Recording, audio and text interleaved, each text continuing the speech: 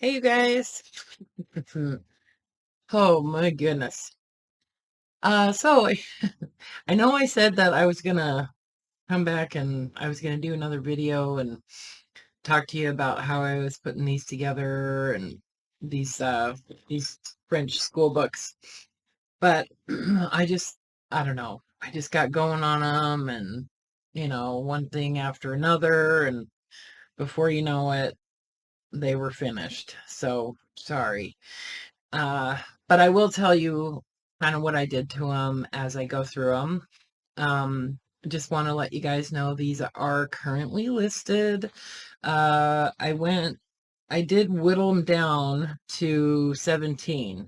I started out with, I think, 22 or something like that, but I wound up pulling pretty much all of the books that weren't French school books. So if any of them were not French school books, I didn't use them. Um, for one reason or another. Not necessarily because I only wanted to use the French books, but because they just had a certain kind of style and a certain look, and they kind of all, I don't know, I guess went together. So that's why I did that. But anyway, so let me kind of go through these and I will show you. Now, these are going to be pretty much naked journals. I did not do really any embellishing inside of them. So that means that the pricing on these is considerably lower than they would have been otherwise. So um, yeah, so that's good. That's good, right? They only took me 5 days to finish, something like that. So, um, okay, so I didn't name them. I just couldn't think of any names, and so they don't have names. They just have numbers. But you can name them. Feel free to give your journal a name. Just saying.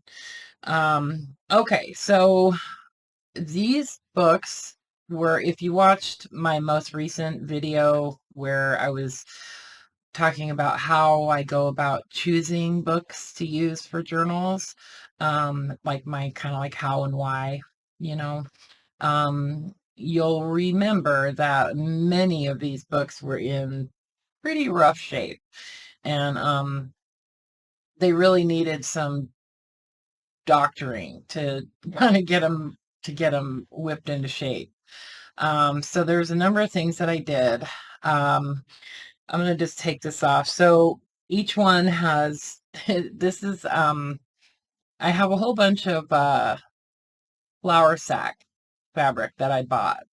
They're all, none of them really have any writing on them. They're just the plain cotton flour sacks. So it's that kind of, it's almost like, it's like muslin fabric. And I do have some of those that I'm going to be selling if anybody is, looking for flour sack or flour sack fabric. I've got a bunch that I'm going to be selling. Also, real quickly, I did put a listing in my Etsy shop for um, a listing for ledger pages in case anybody is looking for French ledger pages. Go check out the listing in my Etsy shop. I'll put a link in the description to that listing. I made 10 available. I didn't make up the bundles yet. I just kind of showed an example of what you'll get, and it's like just a random assortment. Okay, and they're not blank pages. They're all pages that have writing on them. So anyway, okay, so there was three of this kind of lavender color, um, with the purple on the spine here. Um, and these books were all pretty thin.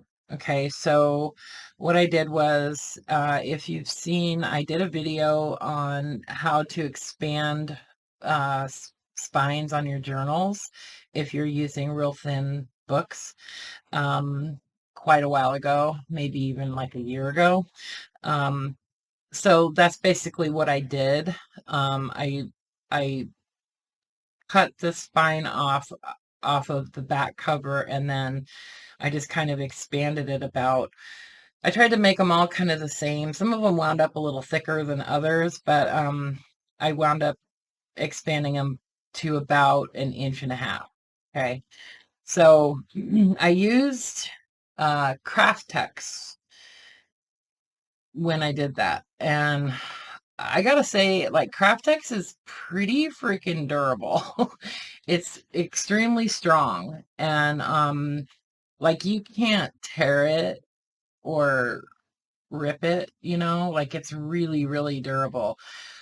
I will say it's really a pain to glue anything to it other than fabric. I was talking to Carla about it. She had done a whole series of videos where she was making journals out of craft text, and she painted them and that kind of thing. And she said that, yeah, it is hard to glue paper to craft text, but she said that it's really easy to glue fabric to it. So that is part of the reason that I don't have pockets on the inside covers here, because I just didn't want to even try gluing paper pockets to these, and I didn't want to do any more stitching on them, because I already did like a whole bunch of stitching on the spines, and then I stitched all the way around each one of the covers, and so there was enough machine stitching that had already been done. And so anyway, so if you want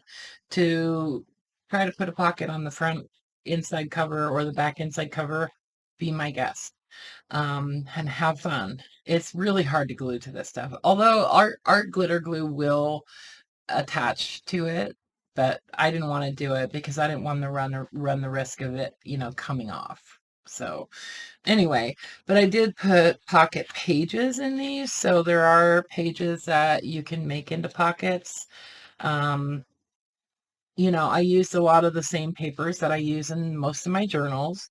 Well, I did use extra onion skin though. I put a lot of onion skin in each one of these, because I have like 4 different boxes of it, and they're all kind of different weights and stuff, different textures and whatnot of onion skin. So I pulled some out of each box, and I used that throughout the journals.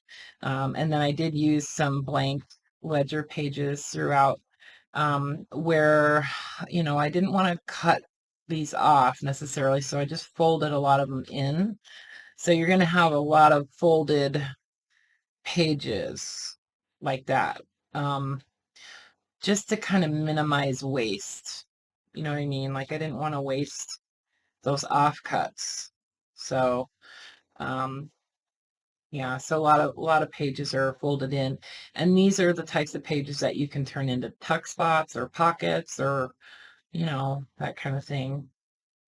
I keep finding more of this paper for some reason. I don't know why. I just have little stashes of it all over, but I think this is the last of it at this point. Um, there's a couple digital printed pages in here. Not a lot though. And as you can see, these are really geared towards writing. So somebody who really likes to journal, and, you know, there's a lot of different surfaces for you to write on, and extra because there's all those folded in pages. And there are pockets and, paper bag envelopes and stuff in them. But I didn't glue any extra pockets or anything like that inside the journals. Like I said, I didn't do any embellishing on these. All I did was basically make the journal and stitch it together, and then you can do whatever you want with it. But just be aware that, most of the paper that, I would say 70% of the paper that I use in my journals is vintage paper. And, a lot of it is paper that I have purchased on eBay, or, around thrift stores, or other websites, or sometimes I have people, message me and say, hey, I found this box of paper. Do you want it? And then we work out a deal. But um, anyway, there is some scrapbook paper, you know, but really most of the paper is vintage paper that, that I've harvested from different places. Um, so the little tie, I thought that, so I just kept this, I didn't do anything to it because I thought it would be fun for you, um, if you wanted to make this into like a scrappy tie, and stitch pieces of lace or, fabric and that kind of thing to it, just to personalize it and kind of make it your own, do some slow stitching on it or whatever. And I just wrapped it around this way, um, just to be weird instead of going, that way. Anyway, so, but if you tie it, excuse me, if you tie it loosely like that, you can kind of just slip it off, you know. Anyway, and then I did make a charm for each one. I used one of these old skeleton keys, although I'm not sure that I believe that these skeleton keys are vintage or antique or anything like that, because I still see the listing on eBay, and you can buy them by the hundred. So, I don't know. I don't know whether they are or not. They might be, but and they are kind of all a little bit different, but anyway. And then if anybody remembers, I bought this bundle of these price tags. These came from a shoe store in Paris, I think Paris, um, from like the 30s or something. And so they have um, like a pin back on them, on the back of this, that they would hook onto the shoelaces. And I took those off because they were rusty, sharp metal, and I just didn't think that was something that anybody really would need to deal with. But excuse me, sorry about the noise.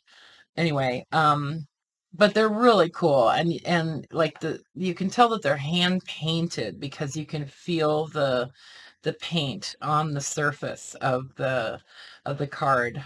So it's like chipboard, but anyway, and I've actually scanned these and I've been hoarding them, just, because I just couldn't let go of them. I think I bought like 30 of them from Louise, and you know, they were just special. But anyway, I just happen to have exactly 17 of them. So I made them into charms to put onto these journals. And then this is a little number from a lotto game that I also bought from her. And so it's like a bingo kind of game. And anyway, so these are little wooden numbers that I got from her, and they're really cool. See, they've got like that little like embellishment at the bottom. Anyway, so I drilled holes in those and added a little screw eye and made them into a charm. And then these little guys. So some of the journals have one of these little pieces with a little face, like a little portrait. Um, and I just added it on a big ring. It looks kind of weird, but I like it. And then a vintage button. Okay, and this is on a lobster clasp, so you can, take it off, and, you could add a lot onto these too. I use that really cool chain that has the different size rings. Anyway, so you could add on to that charm if you wanted to. Okay, so that's the journal. Now, since I didn't put anything in the journals really other than pages, um, I kind of felt bad, and I thought, well, that's not cool. You got to add other stuff to these. So I went through and I made these bundles for each journal. I'm just gonna, when they sell, so each bundle is going to be a little different, right? Because it's all, different pages and stuff like that. But I didn't photograph the bundle that goes with each journal for the listings. I just photographed one bundle. And so it's the same picture for each listing, but just be aware that your bundle is going to vary. Okay. The bundle that you get with your journal is going to be most likely different than the one that you have a 1 in 17 chance of getting the one that I show in the listing. Anyway, I think you guys understand what I'm saying. Anyway, so I cut up a bunch of the end papers from some ledgers and just cut up some pieces and gave you, 3 or 4 pieces from those. Those are all marbled.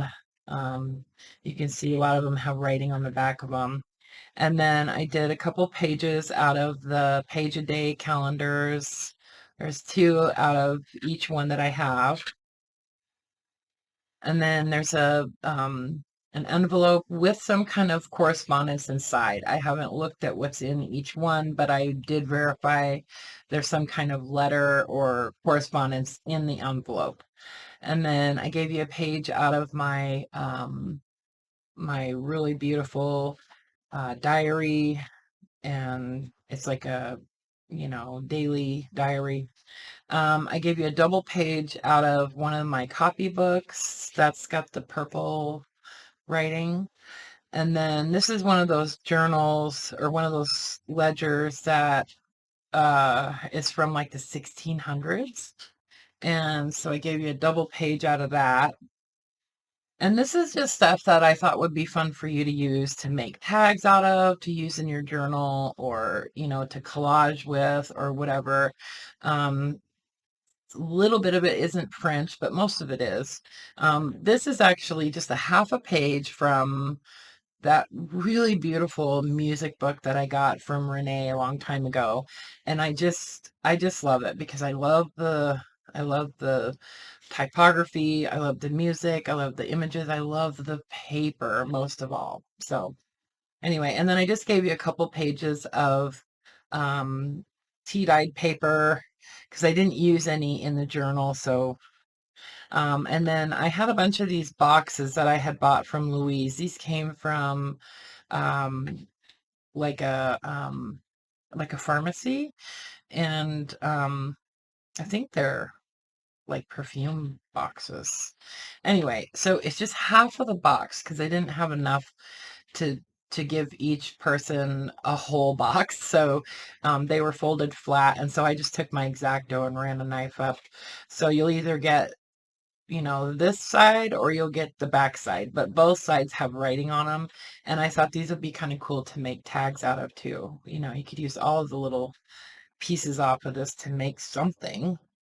And then I took all of the books that I made into journals. I just made up a bundle of pages out of all of these books. So they're all French, pages. Some of these were from some French dictionaries that I have, that I did not make journals out of, but yeah, so some of them are math, some are chemistry, some are history, some are language. This one's geometry. Yeah, so it's a pretty good assortment of different pages that you could use, to make tags or whatever. And then I took a couple pages out of one of the agendas that I've got. And these are neat because they've got all these little places where you can write in the blanks. And some more French dictionary. Um, and then in this little bag, see if I can open this without tearing the bag. I'll have to repackage this one, I think.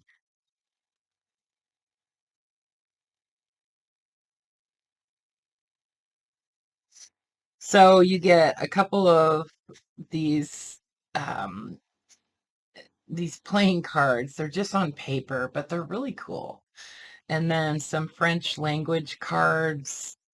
A couple of these little like framed images that I made a long time ago. Just because I was going through drawers and pulling out stuff. There's a color or slide frame. I stamped out a whole bunch of labels on some ledger pages, and I didn't fussy cut them, but I wanted to make sure you had some labels. And then I did a little packet of postage stamps. So you've got some, these are all vintage stamps too. And then a couple of little stamped images on some linen.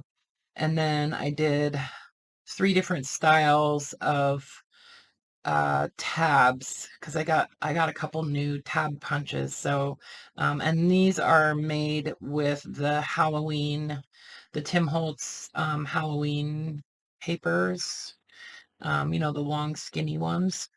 So anyway, so that little bundle. And then I just did 2 of my I thought these would be really cool to do as like Halloween journals or something. I know I'm a little late to the party on that, um but anyways, you could figure something out. So then I also gave you 2 of the optician lenses, and one of them has a little lobster claw clasp on it. So you could attach it onto your book charm if you want to, but I just didn't attach it on there because I don't know. I I just didn't. Anyway, I put it in a little bag, and so one is positive, one has a little plus sign, and the other one has a minus sign. So I figured it's kind of like yin yang, positive, negative. Anyway, so one of each in there. I just couldn't get a jump ring to go through the minus. So that's why I didn't put a jump ring on it. But you could wire it, or you could even drill that hole a little bigger, or you could even take a screwdriver and just kind of ream through it and make it a little bigger. And I put them into a little tea bag. Okay. So that's the little bundle that goes along with the journal. Bunch of stuff, right? Bunch of cool, fun stuff. And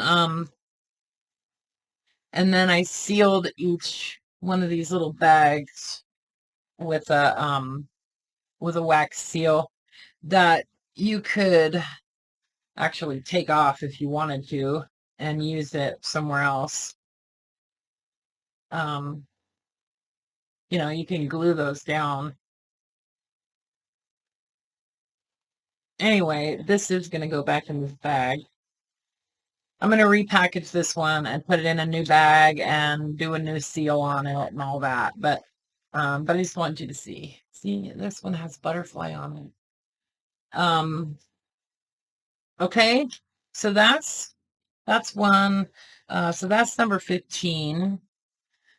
This one is number 13. This is the history book. This is another history book. This one is number 14. I'm just going to pile them up here. Oh, I forgot to say, I did spray the covers. Okay, some of them got 2 coats. Some just one. But I did seal the covers just to kind of preserve them a little bit. Yeah, with just a clear coat. Excuse me. And this is number 2. Oh, and also, by the way, there are some that are a little smaller. I priced them all the same, but there's 4 of them. There's four, not four, 4 that are a little bit smaller, like half an inch on each direction. Just so you know, and I think I got it right in the listings. It's number 1, 2, 3, and 4 that are all a little bit smaller. So they're like 4¼ inches by 7, whereas the rest of them average about 7.5 by 5. Okay. So that's number 4. This is a math book. Okay. And then this one is actually a Greek book, but it's written in French, so it qualified. This is number 2. And this is a language book. See, I just did some stitching right across the this is where like the whole cover had been bent, and you could see that it was bent and it was real flimsy. So I glued it, I glued it onto the craft hex, and then just stitched across it, and it's real sturdy now. Oh, and then a lot of them I did these corners with fabric tape, and then I stitched it on the corners instead of using metal corners like I did on some of them. If the corners were in really bad shape, I did it like this, because I didn't think like using the metal corners wouldn't have even helped. Like it wouldn't have stabilized that corner. So that's why I did some of them with the tape. And I thought it turned out kind of cool. Anyway, so this is number 11. This is a chemistry book. I like the way this one came out. It's real kind of glossy. And then this one is number 7. This is like a young children's reader. And this is number 6. See, some of them have those little collaged charms that I made a long time ago on the little metal bezel. Here's another one of the kind of lavender color ones. This one's more grayish lavender though, and the spine is like dark blue instead of purple. So this one's number 5. And then here's the last one of the lavender, but this one has the purple spine. This is number 9. And this is a math book. This one is still kind of sort of matte. It's not really glossy at all. Um, just saying. And then also I wanted to show you, if you wind up getting this one, the paper on the cover had really pulled away from the book board. So I know this sounds crazy, but I just took my X-Acto knife and I just slit down the paper, right? So you could still see where I cut it, but I figured that's kind of cool too, Um, and then I just used the needle point on the glue, and just kind of stuck it under the paper and just glued it down. And now it's like perfect. Like you can't even there's tiny little bubble down here, but anyway, just saying. In case you wonder why there's those lines like that, it's because I was gluing the paper down. You have to be creative. You have to do surgery on some of these books sometimes. Um, and this is number 8. This is the one where I did the binding that it's actually kind of like a document binding. So you just make a hole at the top of your page, and then it goes through the book, and then you just loop it around and tie it. And you do that at the top and the bottom. So it's just a hole at the top and the bottom of each signature. And I was going to do them all like that, but then I was like, that takes more time than just doing regular binding. Anyway, so this is the only one I did that way. This is number 8. And this is number 17. So speaking of binding, these little labels that are on the spines of most of these books, I didn't want to cover those up. So I wound up like doing my binding and missing that, right? Like normally the strings would go across that. But anyway, I just wanted to point that out, that I tried to preserve that on all of these spines. 3 more. This is number 3. So this is one of the smaller ones. And number 16. I guess this one's a little bit smaller too. And number 1. Okay. So there's a big old pile of journals. And then here's the big box of bundles. Okay. So that's that. Carla and I are going to do a live stream together on November 5th. And I think that's a Sunday. Um, so we're going to start like around 1 o'clock Pacific time on that day. And I will schedule it ahead of time so it'll kind of just sit there as an upcoming live stream. I'll try to schedule it like a week ahead so you can adjust your schedule, you know. Um, and then, so we're going to just do like a craft along kind of thing and a live sale. We each have some stuff that we sort of want to de-stash. So it'll be kind of a combination of live sale and craft along. So like, while Carla is selling something, I'll just be crafting and vice versa. So it should be fun. And then the other thing is that I'm going to try to set up, I'm either going to try to go back into um uh Patreon and sort of reevaluate my Patreon, or I'm going to set up membership on YouTube. So yeah, just saying. I think I'm going to try to figure out some kind of membership thing again. And if I do, I'm just going to do like one level and that's it. Like last time when I did Patreon, I did like 5 different levels and it was like super complicated and it was completely overwhelming. So I just said, yeah, I'm not doing this.